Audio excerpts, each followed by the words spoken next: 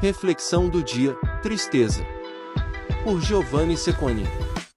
A tristeza é aquela sombra que paralisa e deprime. A tristeza surge da raiva, pois quanto mais perturbada a mente fica agitada, mais ela cai em confusão.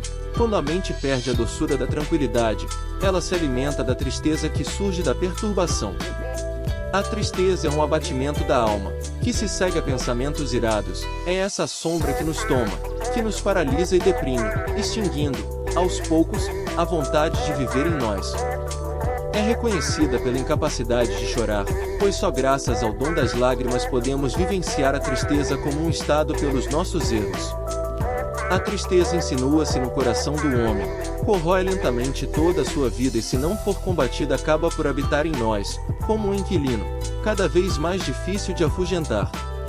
A tristeza é o não prazer por excelência, priva-nos de todo o prazer e seca o coração, e está na raiz da depressão nervosa, porque leva à sensação de não sentido da vida e a um estado de letargia, em que a vida parece sem luz e sem esperança, numa palavra, inabitável. Eu me perguntei, por que minha alma está perturbada?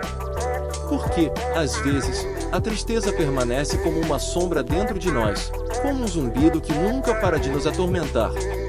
Podem ser muitos os motivos que, de vez em quando, geram em nós este estado: o sofrimento sofrido injustamente, as contradições reais da nossa vida, a constatação das frustrações dos nossos desejos, mesmo os mais nobres e justos. Muitas vezes, a vida e a realidade contradizem-nos em muitos aspectos, mas ai daqueles que pensam que podem viver num mundo dourado livre de frustrações, ai daqueles que se alimentam de nostalgia imaginária e de expectativas impossíveis, ai daqueles que se apaixonam pelos seus papéis e não querem abrir mão deles e crescer. Se, porém, praticarmos a aceitação das contradições diárias, se, apesar do sofrimento, soubermos compreender e tratar as nossas feridas, os nossos porquês, então poderemos também abrir-nos àquela consolação que vem do nosso princípio, do nosso ser e da comunhão com os nossos irmãos. Indo mais fundo, parece-me que a essência da tristeza consiste em ser uma patologia da nossa relação com o tempo.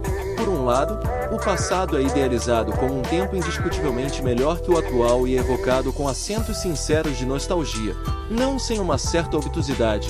Por outro lado, sonhamos realizar num futuro mítico que está sempre destinado a começar amanhã, ou tememos o futuro pelas incógnitas que ele pode conter. Enfim, de uma forma ou de outra, refugiamo-nos num mundo imaginário para não aderir à realidade, mas, ao fazê-lo, não apreendemos o presente, como hoje, como a hora irrepetível que nos é dada para viver. Sentir tristeza diante da perspectiva da morte é típico da raça humana, a pedra angular. Porém, para seguirmos o nosso caminho, tudo menos fácil, é apenas quando vislumbramos o amor e quando sabemos que o amor, a anima mundi, pode ser a razão de viver e de morrer. Então a tristeza cessa e a felicidade e a alegria sempre renovadas que habitam dentro de nós abrem caminho. A maçonaria é a alegria e, portanto, antídoto para a tristeza, capacidade de viver, de forma adequada, a relação com o tempo, de viver o momento presente, o eterno presente. A alegria é uma virtude que une o tempo humano no hoje e na plenitude do nosso ser, antecipando, no presente, a nossa dimensão final, a alegria da meta que nos espera no conhecimento universal. A alegria não é um sentimento vago e espontâneo, mas um estado a ser buscado com esforço e comprometimento. Devemos obedecer ao comando da alegria e praticá-lo, vivendo plenamente o momento presente, para experimentar que nem o passado nem o futuro podem nos determinar, mas que isso é possível vivendo apenas o hoje da nossa consciência. Cada um de nós deve começar o dia levantando os olhos para o céu e ouvindo o verdadeiro impulso do nosso coração, agradecendo, à nossa maneira, por ter recebido aquele lindo presente que é a vida. Uma forma particular de tristeza é a inveja e surge da consciência, da observação do bem e da felicidade dos outros. A matriz deste estado de ser é o desejo de ter a nós mesmos, as coisas dos outros. Mesmo que às vezes desejemos simplesmente que o outro não tivesse esses bens, essas características e esses dons específicos, e é por isso que nós tentamos esconder esse sentimento indescritível, do qual não nos gabamos, mas do qual nos envergonhamos. Mais profundamente, a inveja é um reflexo que consiste em comparar-se sistematicamente com os outros. É o que reflete a minha capacidade pessoal de reconhecer o que foi concedido a mim e aos outros, respectivamente. Sempre há qualidades que os outros têm e eu não, fixando-me nisso, em vez de me alegrar com a vida como ela é, observo e invejo os dons que ela distribuiu aos outros. A inveja é um sentimento que, infelizmente, já surge na infância, principalmente nas relações familiares. O invejoso é aquele que se sente excluído de um bem que o outro próximo possui. O bem do outro é sofrido como o próprio mal.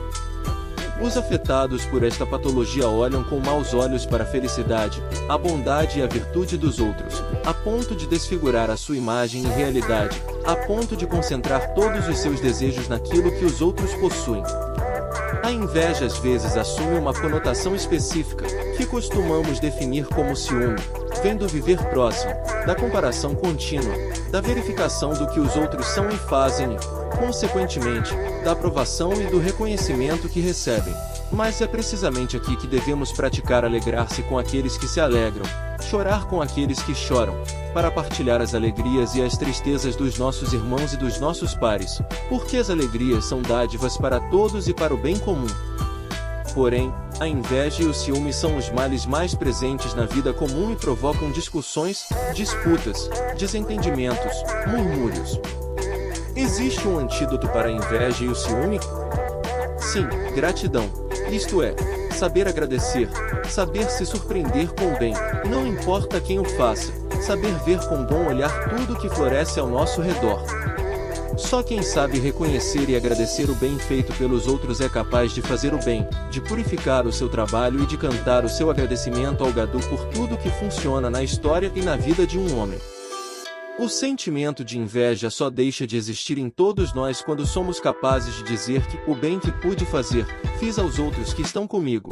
Sem estes irmãos, sem estes meus entes queridos, eu não teria sido capaz de fazer o pequeno bem que fiz.